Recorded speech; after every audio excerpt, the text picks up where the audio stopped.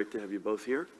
Guy to my left who needs no introduction, Superintendent of the State Police, Colonel Pat Callahan. We have Jared Maples, the Director of the Office of Homeland Security and Preparedness, Chief Counsel Paramel Garg, and a cast of thousands. Today, I don't want to be political, but I want to be very clear where we are. This is the 48th anniversary of Roe v. Wade, which established a woman's right to choose.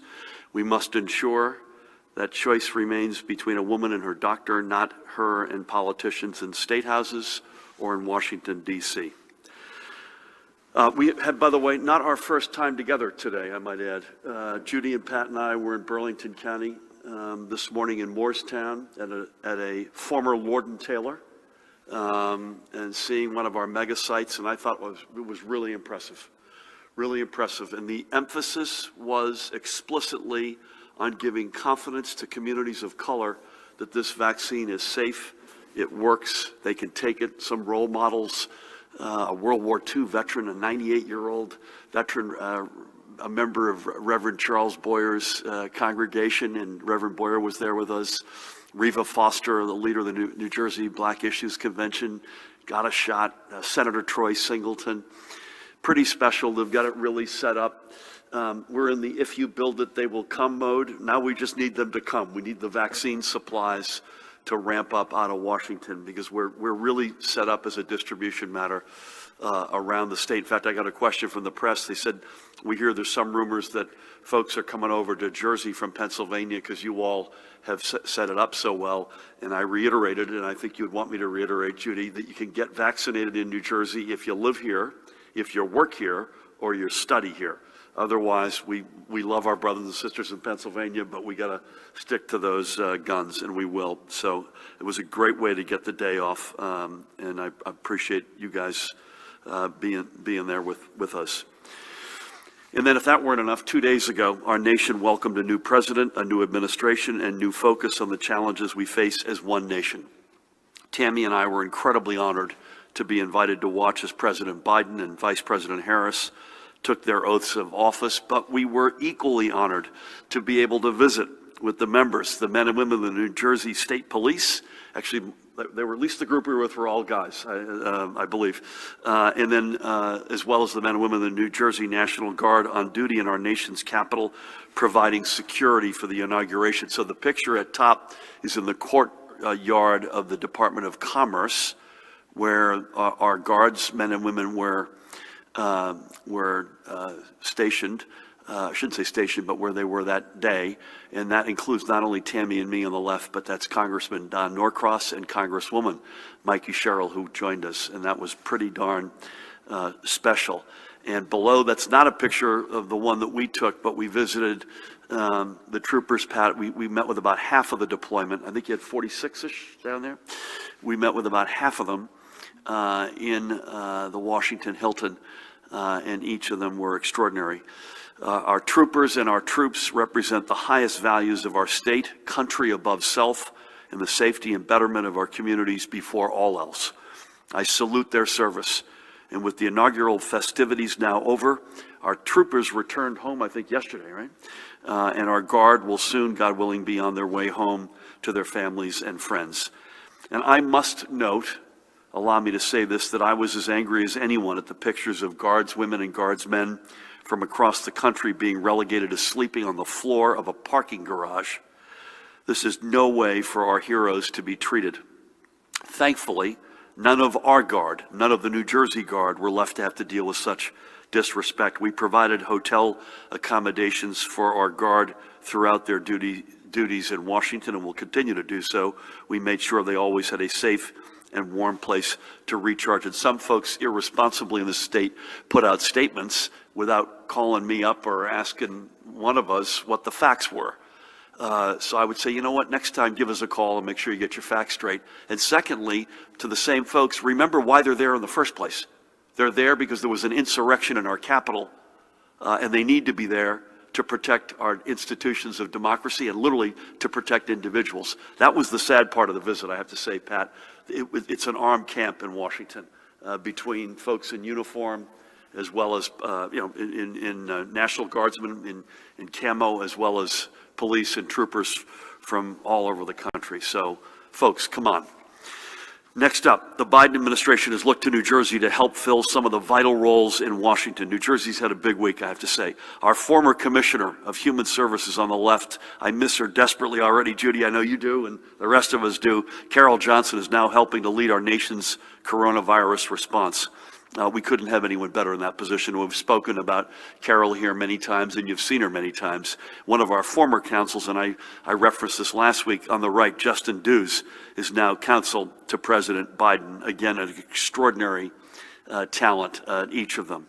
On Wednesday, if that weren't enough, shortly after President Biden was sworn in, State Division of Consumer Affairs Director Paul Rodriguez, right there, was announced as the new Deputy General Counsel to the U.S. Department of Health and Human Services, and that's an incredibly important position.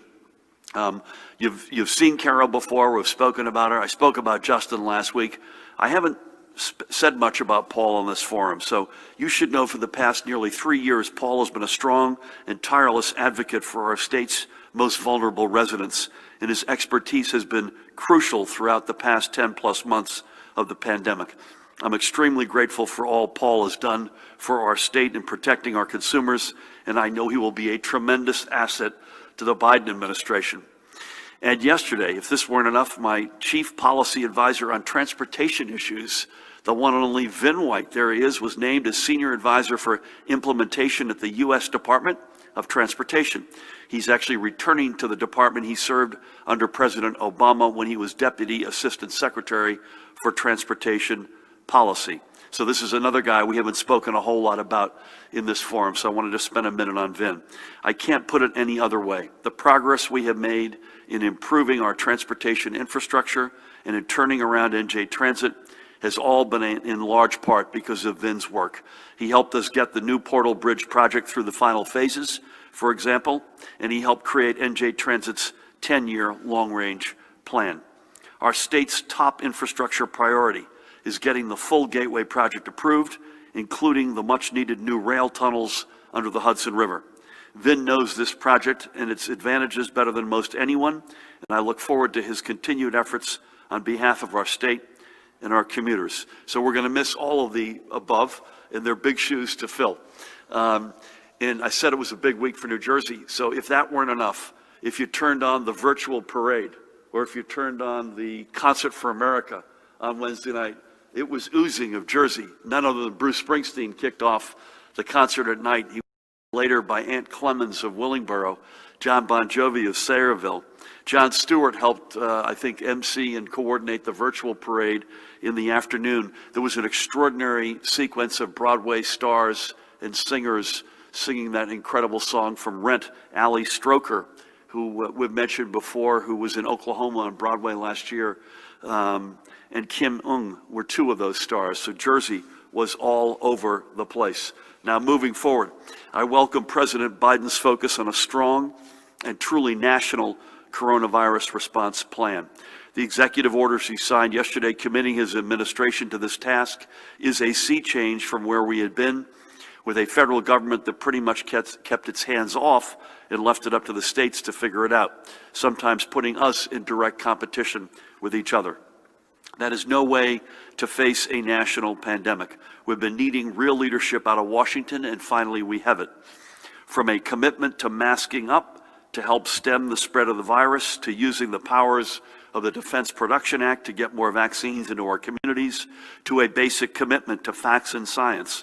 And I, for one, Judy, I know you will join me in this, was pleased, relieved, I would say thrilled to see Tony Fauci back in the White House briefing room. This is, as I said, a sea change. As I've noted before, we have built the infrastructure we need from the ground up for an aggressive vaccination push. We saw one example of that in Moorestown this morning. All we need are the millions of doses that we had been promised months ago. And I am much more confident today than I was on Tuesday that we'll get there. And on the issue of vaccines, I want to make one thing clear about our vaccine administration. There are two separate categories for vaccines in New Jersey, and I want to make sure everyone understands that. The first category are the vaccines set aside for the federal administered pharmacy program and its partners, CVS and Walgreens. And they administer the doses to residents and staff at our long-term care facilities and other congregate living centers covered under the federal program. We do not control these vaccines. CVS and Walgreens do. In total, more than 1,500 of these facilities statewide, serving hundreds of thousands of some of our most highly vulnerable residents, are enrolled in this program. Our long-term care facilities have borne, as we all know, a tremendous burden during this pandemic in New Jersey, around the country, around the world, and our first several 100,000 doses were committed to them. And because we are committed to setting aside such a large number of our first doses for those at highest risk, it has further limited our initial supply that we can send elsewhere. Remember, this now goes back into December. Judy deliberately, with her team, did the work to submit to the feds the largest, broadest definition of long-term care and developmental and other centers of any American state. So we already have the highest density of long-term care facilities and residents, and I presume staff as a result, of any American state. And to Judy's enormous credit, putting this on the backs of the feds, that list is as broad in New Jersey as it is anywhere else in America. The second category are the vaccines that we as a state do control the distribution of. These are the vaccines that go to our 6 mega sites and to the 130 community-based sites currently online. When it comes to these vaccines, the ones we control, we've been able to get between 50 to 70%, depending on the day that you look at, of these into the arms of residents already. When it comes to the vaccines distributed to our pharmacy partners, that first group, only a little more than 10% of those have been distributed. In fact, I've got a call this afternoon with the CEO of Walgreens, with Judy, to get them to get more aggressive and faster in their distribution. So when we see statewide statistics that blend these two programs, the federal program and our state-administered or overseen program, keep that in mind. We are working diligently to put out as many doses as we have control over to our vaccination centers. So as of midday today, we've just crossed 500,000, 500,222 doses. We've done that in a little more than a month. Our goal is to ensure that every New Jerseyan who raises their hand to be vaccinated gets vaccinated. We are providing as much as possible of the limited vaccine supply in our control to the sites with the largest capacity, so they can ramp up and confidently open appointments for people waiting patiently for their turn. I was on with folks myself personally this morning from Passaic County and Hudson County, working through with our team how they can get more of the limited supply and get these into the arms of folks. We are working every day to ensure effective and efficient allocation by monitoring inventory and throughput. We completely understand the anxiety of so many residents who are waiting to be vaccinated. Frontline workers who literally go to work every day not knowing whether or not they're going to be exposed. Older residents or those with chronic conditions who may have been living in isolation to protect themselves, foregoing the ability to be with their families and all the mental stress that goes with that. We need the doses for them. But I cannot be any clearer. We have built a vaccine infrastructure that can handle this job. We need the doses. So far, more than 1.9 million New Jerseyans have pre-registered through that website, covid19.nj.gov/vaccine, including, by the way, of that 1.9, 1.4 plus million who are currently eligible for vaccination. Think about that for a second. That's a tip of the cap to New Jerseyans. That means over 500,000 New Jerseyans have pre-registered and openly admitted they were not yet up to bat, but that they wanted to make sure when their group was up to bat, whether it was age or other definition, that they would be eligible and they'd be notified. I want to please emphasize patience. I'm going to read a phone number out that won't go live until Monday morning at 8 o'clock. And I suspect, Judy, there will be a lot of people calling. And so I would just say right up front, if you call this number, please understand we've got good, trained, hardworking folks doing everything they can. And remember, this is a huge supply-demand imbalance in every respect. The number is 855-568-0545.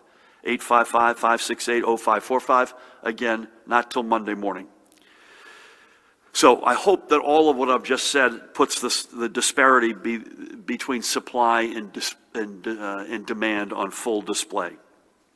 The Biden administration recognizes that this is a war and that we must be on a war footing. The administration recognizes that this vaccination push is one of the single greatest logistical challenges in American history. We stand with them on both principles.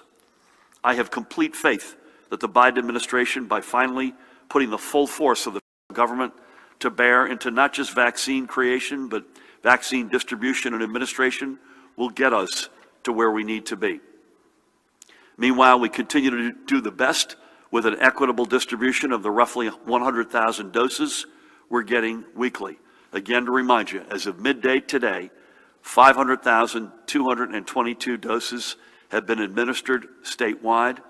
That grand total includes over 65,000 long-term care facility residents and staff. As I can just remind folks, last Wednesday, so 9 days ago, we had cracked through 250,000. So you can see we are pushing forward as best we can with the limited resources we have been provided, and that number will only go up, I hope as fast as possible.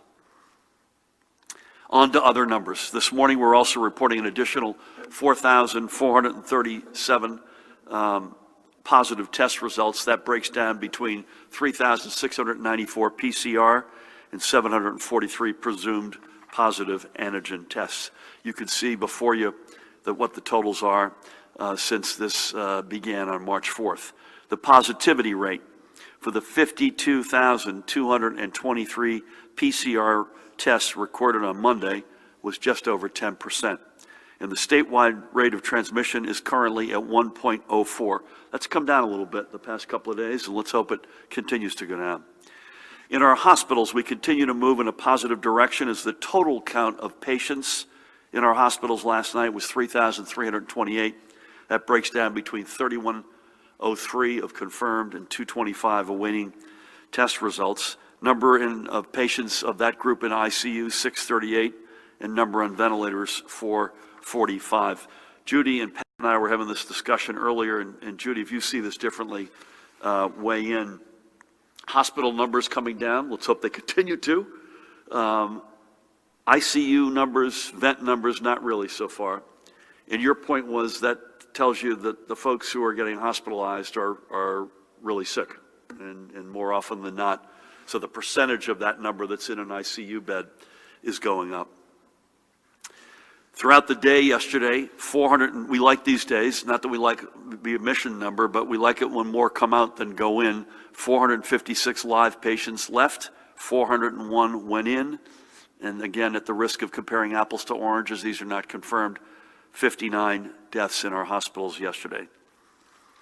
All of us up here continue to keep our fingers crossed that we have seen across our healthcare landscape over the past week is the beginning of a new trend for moderating case counts and lower total hospitalizations. I'm knocking on wood, and I'm channeling Winston Churchill when he said, this is the beginning of the end of the beginning. I hope this is the beginning of the end.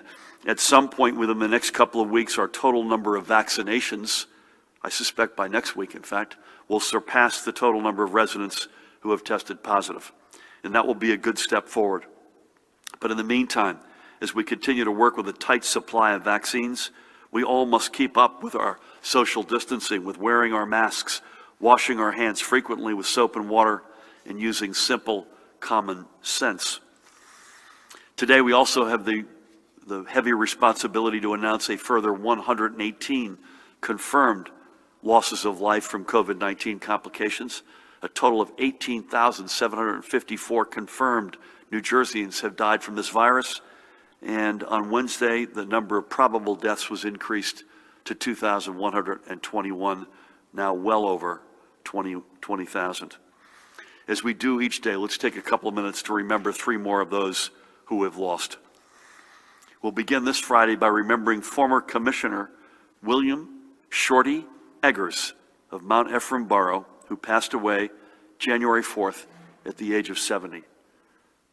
Shorty was a general foreman at the Philadelphia Naval Yard until its closing in 1996, then spent the rest of his career, right up until his passing, by the way, at the United States Mint in Philadelphia, where he served as machine room supervisor. I always wanted to meet somebody who worked at the Mint. God bless him. He spent 12 years as a Mount Ephraim commissioner and also dedicated many years to coaching multiple youth teams in the borough. Needless to say, because of his lifelong connection to the city of brotherly love, he was a diehard Philly sports fan. Shorty was also a beloved family patriarch, and few things brought him more joy than a summer day in Ocean City with his family. He leaves behind his wife, Phyllis, who, by the way, is recovering from COVID, and please keep her in your prayers. They were high school sweethearts, and their children, Kelly, with whom I had the great honor of speaking yesterday, Jamie, Billy, and Christy, son-in-law Ron and daughter-in-law Sabrina, and grandchildren Drew, Devin, Emily, and Olivia. He's also survived by his sisters, Joanne and her husband Lynn, and Nancy and her husband Bobby, and brothers Danny and his wife Oil, and Joey. Niece Lindsay, along with numerous other nieces, nephews, great-nieces, great-nephews, cousins, and friends. I want to give a shout-out to my friend Assemblywoman Gabby Muscara, who brought Shorty's extraordinary life to our attention. So we thank you, Shorty, for your years of dedication to your community. May you rest in peace, and may God bless and watch over you and your family. Next up, I feel like I should do this one in German. We celebrate the life of Klaus Finke. Can we get Klaus up there? There he is, who had called Parsippany home for nearly 30 years. And sadly, Klaus passed away at the age of 75 on January 11th. He was born in Dusseldorf, Germany. He worked in Duisburg. Those are two cities I know well. And he made New Jersey his home upon his immigration to the United States in 1985. He had lived in Washington Township and Hackettstown before settling in Parsippany, where he was a longtime resident manager of the Troy Garden Apartments for 27 years and a volunteer with the Parsippany Office of Emergency Management for the past 17 years. I want to thank another friend, Mayor Michael Soriano, for raising Klaus's wonderful life with me. He leaves behind his wife, Oti, with whom I spoke on Wednesday. She is Finnish by origin, after 30 years of marriage, and his son, Anfre, who remains in Germany. He's also survived by his sister, Winnie, also back in his homeland. We thank Klaus for choosing to be part of our New Jersey family, for looking after his neighbors, and for being an active member of his community. And may God bless and watch over him. Auf Wiedersehen, Klaus. OT said something to me which is very heavy, and I want to make sure I respect both her and Klaus's life, and I want to make sure people are living. And she said to me, and I quote her, "Don't let your guard down." He did, and he paid with his life. And finally, for this week, we honor Thomas Lynch Sr., a longtime resident of Union Township and Spring Lake Heights, who we lost last week at the age of 74. Pat, pay attention on this one. Tom came to New Jersey in 1969 from his native Abbeyfield in County Limerick, Ireland, where he was already an accomplished both in the rugby field and as a member of the 1st Abbeyfield Fire Brigade. Tom settled in Union Township to raise his family as he worked at the Anheuser-Busch Brewery in Newark, and when he retired after 38 years, he moved to Spring Lake Heights. While he was a proud American citizen, Tom remained an Irishman to the core and a 50-year member of the John F. Cryan Association, which honored him as their Man of the Year in 2014. That's our dear friend Senator Joe Cryan's dad's in his memory organization. I've been to some of their events, and they are something to behold. Tom was the kind of man who never had a bad word to say about anyone, and of whom no one had a bad word to say. And everyone who knew Tom knew how good he was at golf, as you can see right there. Tom is survived by his beloved wife, Dora, her name Dora Murphy Lynch. I had the honor of speaking with Dora on Wednesday, with whom he would have celebrated 50 years of marriage this September. He also leaves behind his son, Tom Jr., and his wife, Jillian.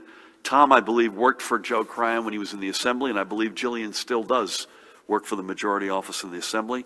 His daughter Alyssa and son-in-law Jason and daughter Ashley, and his beloved grandchildren Avery, Logan, Finley, and Pierce.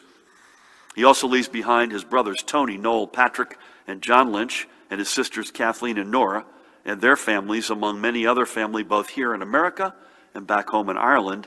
And in the American side of this, it's a small world, but he was cousins with two very good friends of ours over the years, sister and brother Katie and John Rustum. There are so many Irish blessings that I could recite now, but I think the words of the Lynch family stand alone, and I quote them. Tom was the type of dad everyone wanted, and the husband most people could only dream of. How's that? That's as good as it gets. A true gentleman. Thank you, Tom. May God bless and watch over you and your family, and may he hold you in the palm of his hand. Now, changing gears. Over the past few months, we've been highlighting many of the small businesses who have received truly life-saving supports from the New Jersey Economic Development Authority. But along with them, we haven't done this as much as we probably should have, many community-based nonprofits have also stepped forward to receive EDA grants that have allowed them to maintain their essential community missions. One of those is the Howell Township Police Athletic League, which is run by the president and CEO, the guy on the right, Sergeant Christopher Hill. Like PALS across New Jersey, the Howell PALS mission is to foster positive relationships among youth and police officers in our community through sports and education, something that has been going on in Howell since 1979. Even the Police Athletic League has felt the impact of the pandemic, and Sergeant Hill recognized the vital role it can play in ensuring recreational and extracurricular activities for the township's kids. Working with the EDA, he was able to secure grant funding to keep the PALS mission alive and going strong. I had the opportunity to chat with Sergeant Hill on Wednesday and thank him not only for what he and the Howell police have done throughout the pandemic to keep residents safe, but for providing a safe outlet for Howell's youth. But he also wanted me to say that they have a big reach, Pat, in the shore communities in both Monmouth and Ocean County. So they're not just a Howell operation, they've got a broader reach than that. So I want to take my hat off. I know Pat joins me to the Howell Police Athletic League and all the PAL partners across the state who have stepped up to provide essential recreational and educational opportunities in their communities. By the way, check them out. Their website is howellpal.org, howellpal.org. And by the way, I mentioned I spoke to Sergeant Hill on Wednesday, the day that Joe Biden was sworn in as President of the United States, and it was only fitting that he said to me, that, among other things, he works for the Beau Biden Foundation. So this is a guy and his team who are incredibly community-driven. Next up, I want to reiterate the news from the Department of Labor yesterday that the number of initial unemployment claims filed over the past week declined by more than 20% from the week prior, a drop of more than 5,000 initial claims. Thank God it's still too many, but thank God it went down. Additionally, the department reported that the $300 in federal unemployment benefits approved by Congress and the former administration have hit the bank accounts of approximately 533,000 eligible New Jersey workers. And all claimants who were eligible for both weeks of benefits provided so far received that $600 total in one sum. From now on, the process will be completed weekly. So to Commissioner Rob Sarangelo and his team at the Department of Labor, who continue to meet every challenge, we thank you. I know you're going to keep up the good work, the hard work, and the essential work, just as we all are going to do to keep up the hard work of getting the vaccine to every New Jerseyan who raises their hand. And to all of you, let's keep up the hard work of fighting this pandemic. We will beat this. Finally today, wasn't planning on talking about this, but sadly, I want to acknowledge the passing this morning of baseball great Hank Aaron, who died at the age of 86, just 2 weeks shy of his birthday. 2 weeks ago, he publicly received his COVID vaccination in the hopes it would lead more people to trust it. He was more than a legendary ball player and ambassador of the game. He was a champion for civil rights who day in and day out over a 23-year career that he undertook without bravado broke down barriers. He would spend many of his later years working on charitable endeavors to provide scholarships and opportunities for countless urban youth, among many other pursuits. He brought millions of Americans together as he chased and then passed Babe Ruth's home run record. When he did in Atlanta, only 6 years after the assassination of Dr. King, the iconic broadcaster Vin Scully summed it up this way, and I quote Vin, "What a marvelous moment for baseball. What a marvelous moment for Atlanta and the state of Georgia. What a marvelous moment for the country and the world." Hank Aaron stood as a reminder that what brings us together as a nation is always greater than what drives us apart. Although, as Dan Bryan reminded me earlier, he received up to 3,000 letters a day, most of it hate mail, because he had replaced a white icon as the king of the hill, Babe Ruth. God bless Hank Aaron, and thank him for everything he did on the ball field and maybe more importantly, off of it. One of the all-time greats. Willie Mays is the oldest living member of the Hall of Fame. When Lasorda died a couple of weeks ago, Willie is 89. Hank Aaron would have been 87 in a couple of weeks. They're from a generation of giants. God rest his soul. With that, please help me welcome the woman who needs no introduction, the Commissioner of the Department of Health, Judy Persichilli. Thank you, Governor, and good afternoon. This morning we had the opportunity to visit the mega site in the Morristown Mall in Burlington County. This site has been open a week today, and the workers there are working hard to get as many people vaccinated as possible. The remaining 2 state-supported mega sites also open today. Hackensack Meridian Health is partnering with Bergen County officials to run the mega site at the racetrack at the Meadowlands, and Atlantic Care is partnering with the Atlantic County officials to open the site at the Atlantic City Convention Center. When vaccination supply increases, these mega sites will be able to accommodate large numbers of people daily, as many as 3,000 to 5,000. Given the operational and logistical considerations, in addition to storage requirements of vaccines, appointments are required at virtually all of our vaccination sites at this time.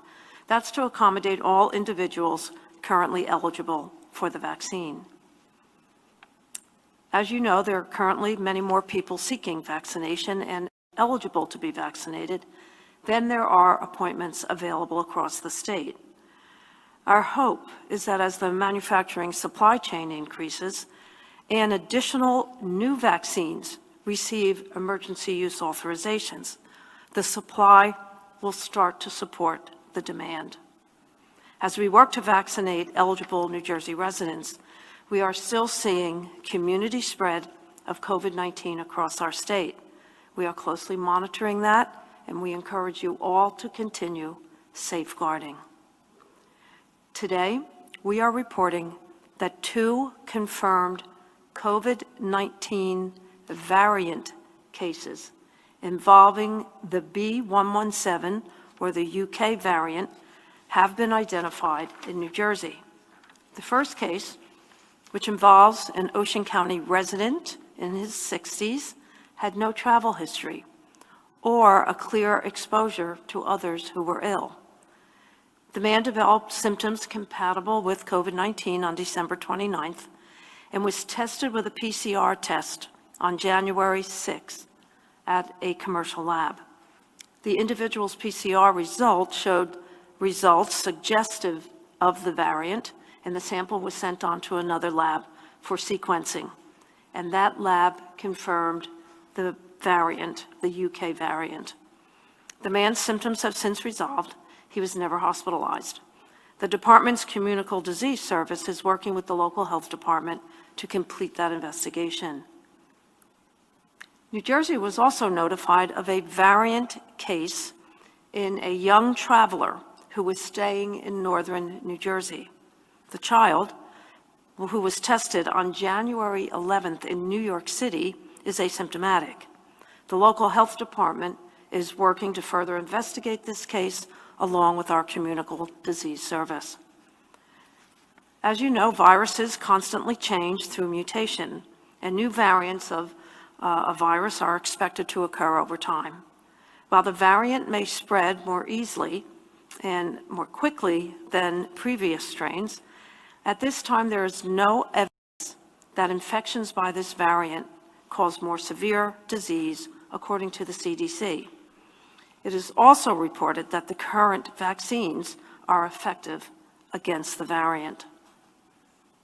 Moving on to my daily report, as the governor shared, our hospitals reported 3,328 hospitalizations of COVID-19 positive patients and persons under investigation. There are 638 individuals in critical care, 70% on ventilators. We are reporting 5 new cases of multi-system inflammatory syndrome in children. There are now 81 cases in our state.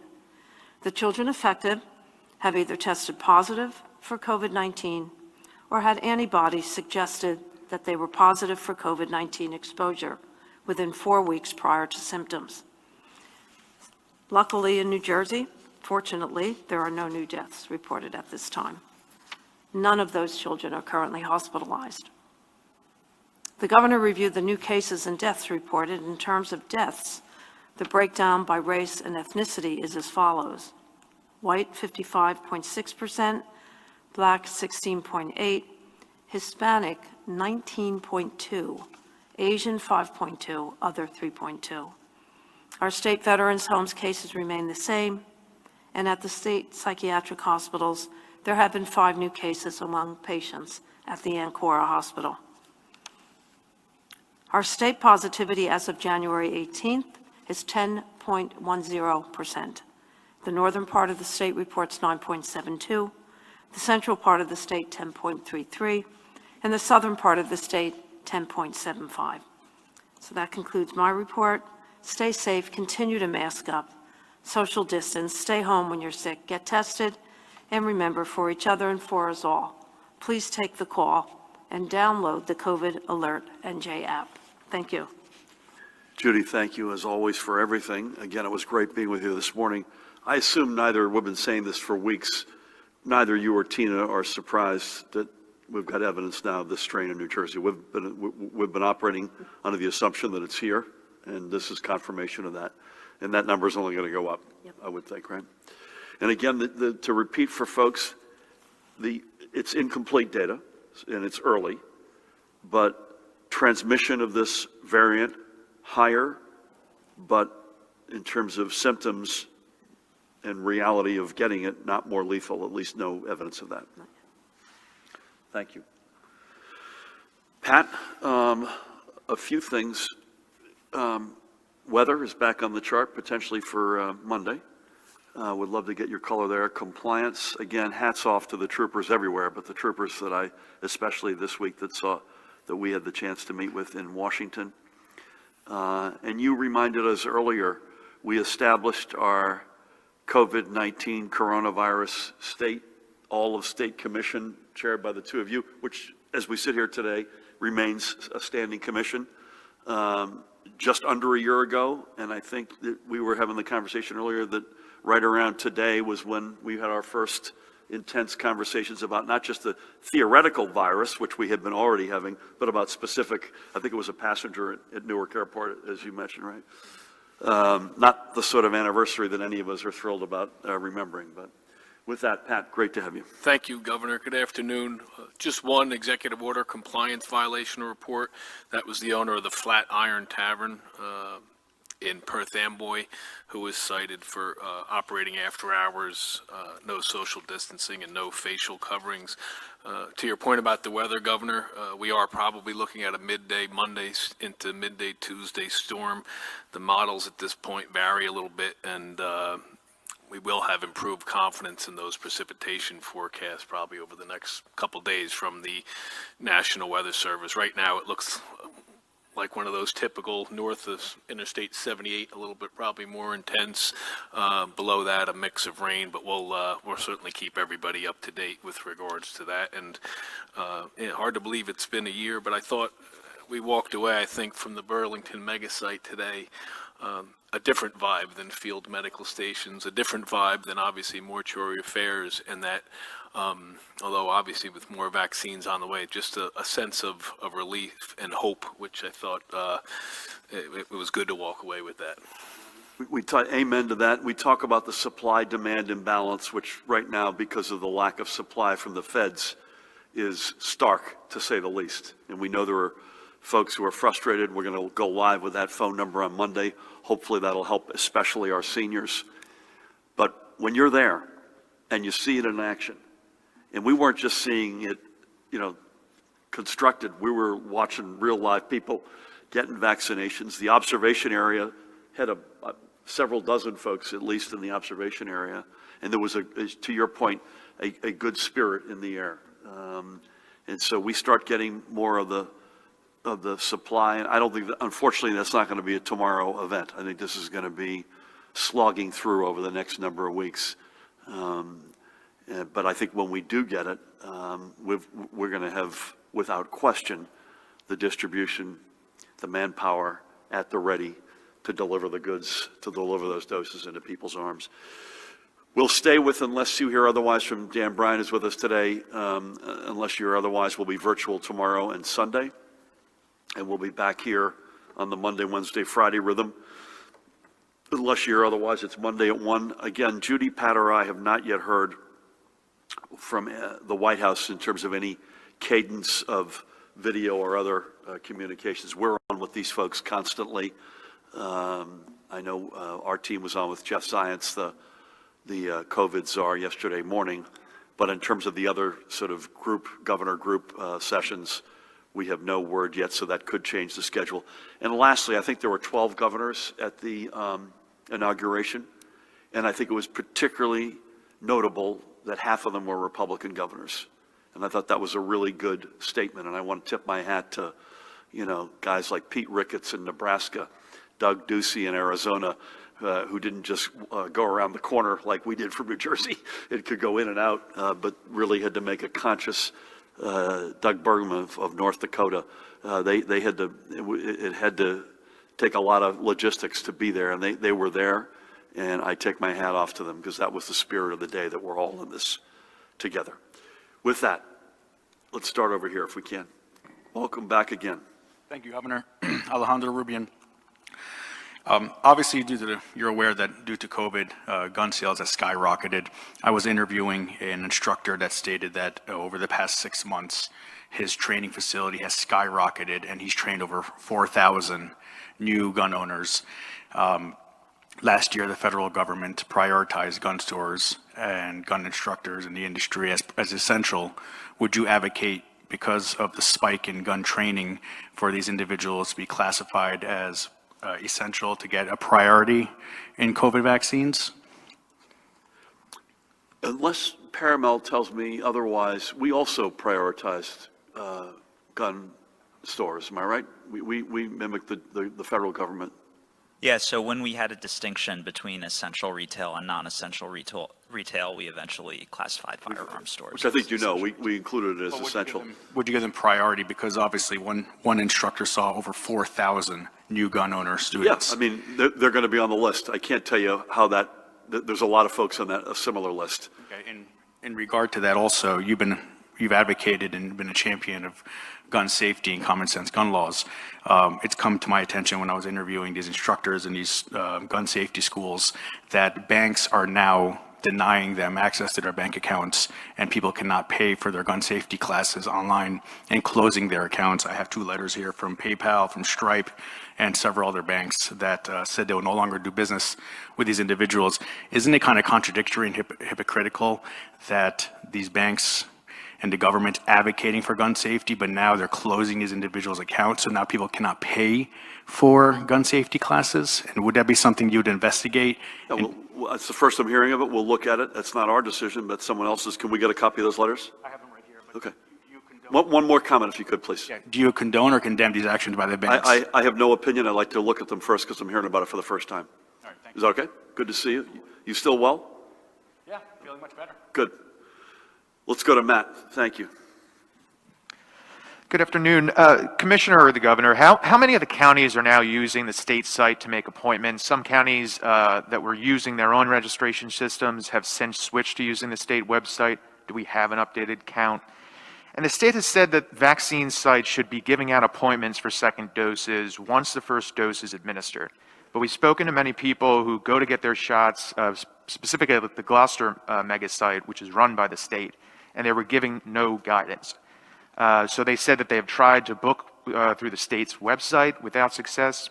So would like to know, how are these people able to get their second dose and get it in time? And will they have to compete with people getting their first dose, making that appointment online? And lastly, from Karen Yee, do you know how many vaccine doses have been thrown out? And does the state require vaccination sites to report vaccine waste? Vaccine waste? Judy, you want to come in here, but I should have said this. I'm getting mixed up when I had this conversation. I had a good conversation with Brad Smith, who's the president of Microsoft, yesterday morning, because we need more support from them to help us with this extraordinary, not just demand for vaccines, but extraordinary number of people. As I mentioned, just under 2 million. It's probably over 2 million at this point signed up. How many counties are doing it on their own in terms of registrations versus using the state? I don't know that. Do you know? I can get that. We'll get that for you. Second vax, should not, we'll have to look at the specifics on the Gloucester site, but the first and the second should not be in competition. These are in separate, discrete batches in terms of so you asked not only are they in competition, but also difficulty in getting the appointment scheduled. I don't have any more color on that. And Judy, I'm not sure how you track any waste, but there's always, as we've mentioned, there's always going to be a cracked vial or something at the edge. We cannot be throwing anything out right now, and that just can't happen. These doses, as long as they're stored properly, have a significant shelf life. There is no reason whatsoever to do that. And in fact, this is a silver lining, and I don't want folks to say, oh, wait a minute, you didn't do it for that reason, and we didn't. But when you've opened it up to healthcare, long-term care, admittedly in a different channel, police, fire, over 65, under 65 with chronic conditions, one of the silver linings of that, you obviously add to the supply demand, is you've got a lot of people who are eligible for a vaccine. So if you're running at the end of the day and you got a couple left over, you've got a lot of people to choose from right now in New Jersey. Judy, any color on trouble signing up for the second dose? We saw it today. You couldn't leave the Morristown Mall without going to the desk to actually get your second appointment today. So you couldn't get checked out unless you had that done. Any other comments? Just on the second doses, we do have allocated doses for the second doses, because there's been a lot of talk that, well, there's a shortage, where is my second dose? We have allocated with the federal government those doses put aside. And we are asking every point of dispensing to make the appointment for the second dose when the person leaves after the first dose. So I know some people are falling through the cracks, because I get those emails myself, and we follow up on every one of that. I think I've said in the past, some wastage is inevitable. You want to keep that really low. But we do track every vial, every lot number, and the pods are required to report to us. And at this point, it's well under 1% wastage. You know, a couple of things like broken vials. You open up the tray and the vial is broken. That's reportable. So we check all of that. And we'll follow up. Where's Dan? I want to make sure we follow up on the Gloucester mega site in particular, okay? Thank you for that. Mike, is that you? How are you? Good. Good afternoon, Governor. Thank you. I just wanted to follow up on some of the information that you gave out today. You mentioned the vaccines that the state controls and the ones that are controlled by the federal partners, the pharmacies.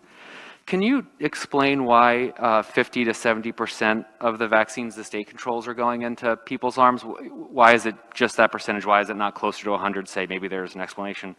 And do you have any idea, you mentioned you're going to talk to Walgreens, do you have any idea why the pharmacies are just at 10%? And then the vaccines that aren't being used, what's happening to those? Are they put up for grabs for people who don't have an appointment or who are standing in line? And then you mentioned that the state gets about 100,000 vaccines a week. How is that split between the state-controlled and the federal-controlled? Is it 50-50 or is it some other percentage breakdown? And then I think finally, I think the president is talking about FEMA vaccination sites. I'm curious whether you are in favor of that, if you've spoken to anyone in the administration about New Jersey hosting one of those, and what the status of those might be. Thank you.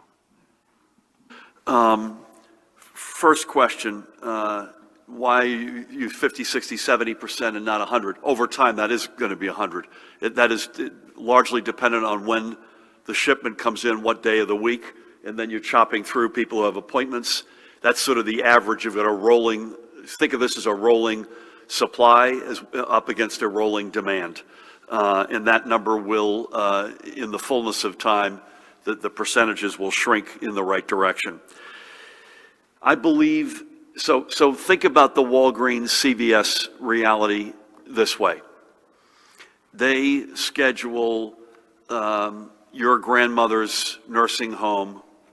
They know how many people live there, how many staff are there. They get the allocation, and they put that to the side in cold chain storage.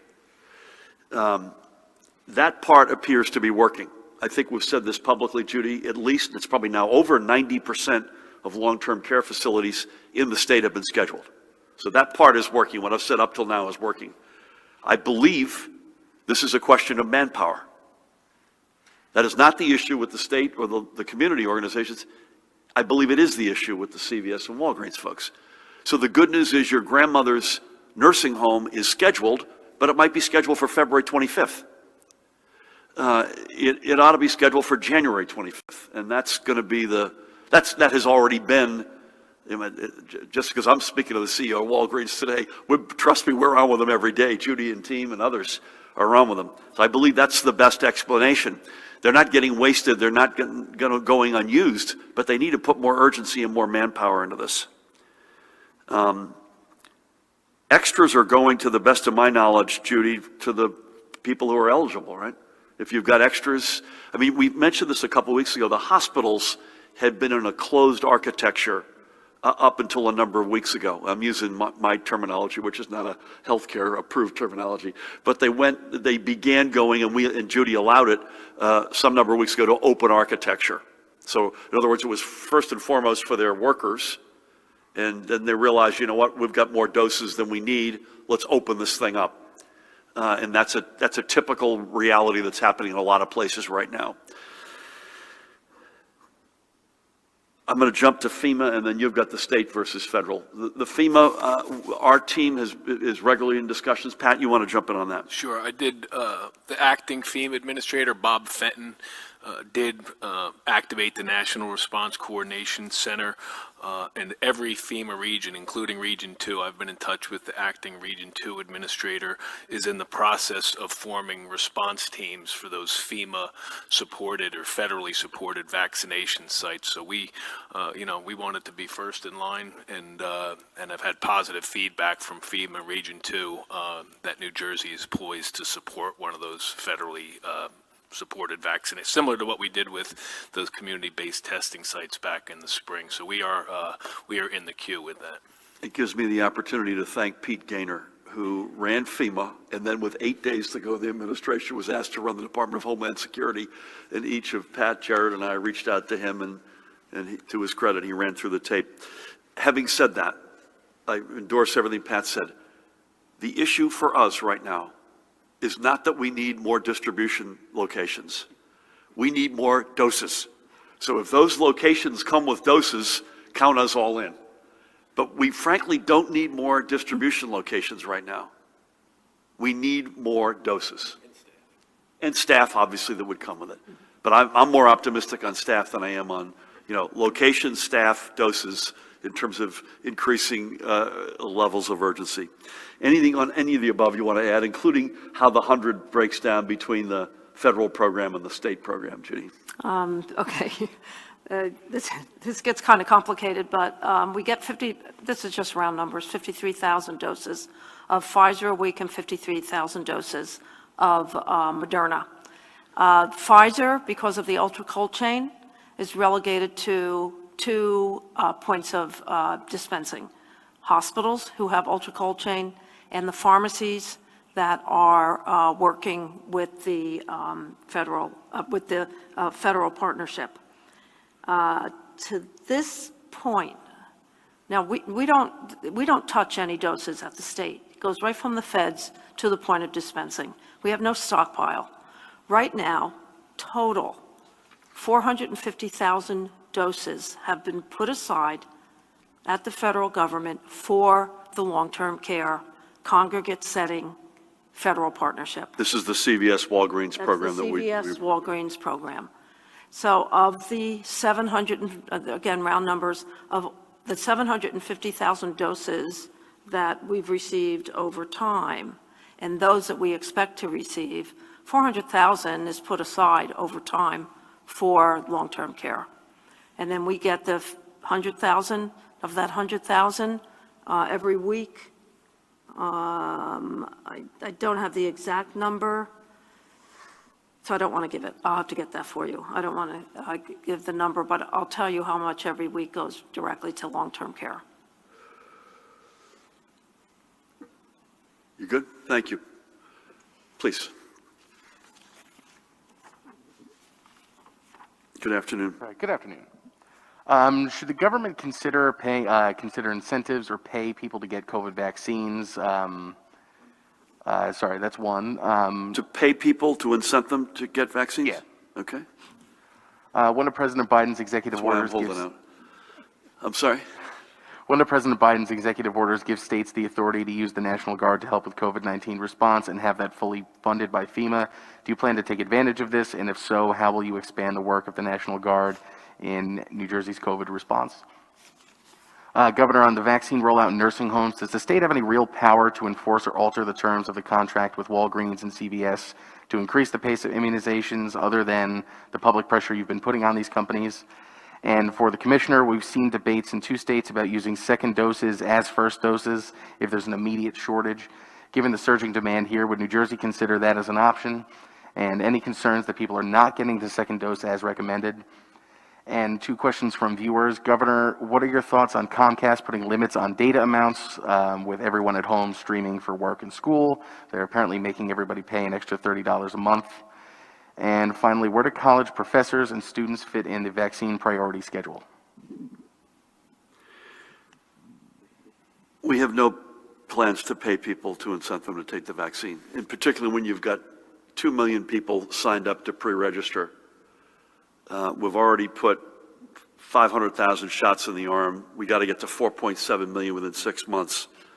Not only do we not have the money, we don't think we need to.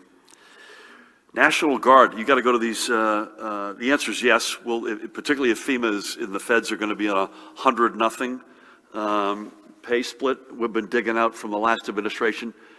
We never got north of 75-25. The answer is yes, but we're not waiting for that. I don't know how many National Guard members were there this morning, would you say? There was a lot. 50, a good 50? So they're already in the mix. We would welcome the opportunity if there's a way to fund that more aggressively, that would be great. We will certainly pursue that. Yeah, well, these are contracts. I'll come back to you in terms of what else we can do with the 2 big chains in their pace. I think the big move on the board they need to make is putting more bodies on the task.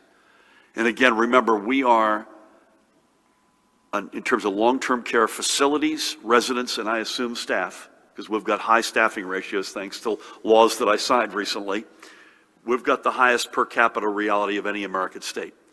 So this is not just like an average state in terms of long-term care. And I suspect it is manpower and bodies. I'm going to skip your 4th one because I forget it.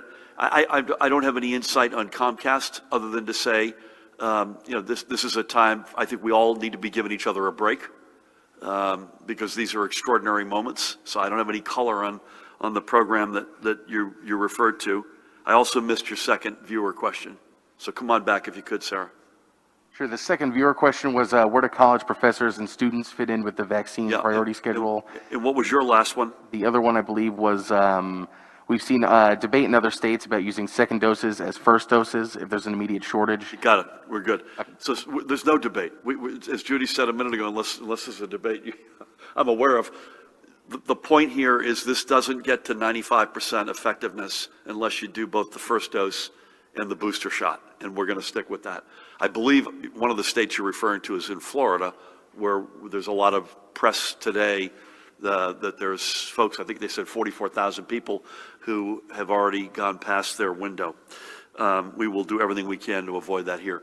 College professors and students. I've got two of those at home, and I know they've got, each of the schools have their, in my family's case, have their own protocols.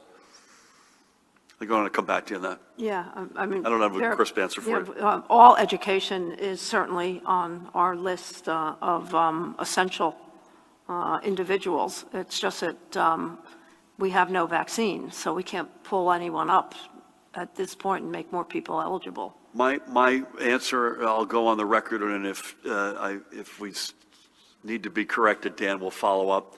I think college professors and students are going to be in the same bucket as educators and students from pre-K through 12, and we want to get there ASAP, believe me, we want to get there.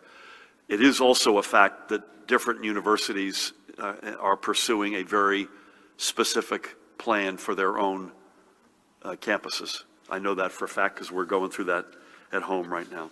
We'll come back to you if there's any. Nikita, take us home. Okay. So I have a couple of them on cabinet appointments. So I know you've referred to, I guess.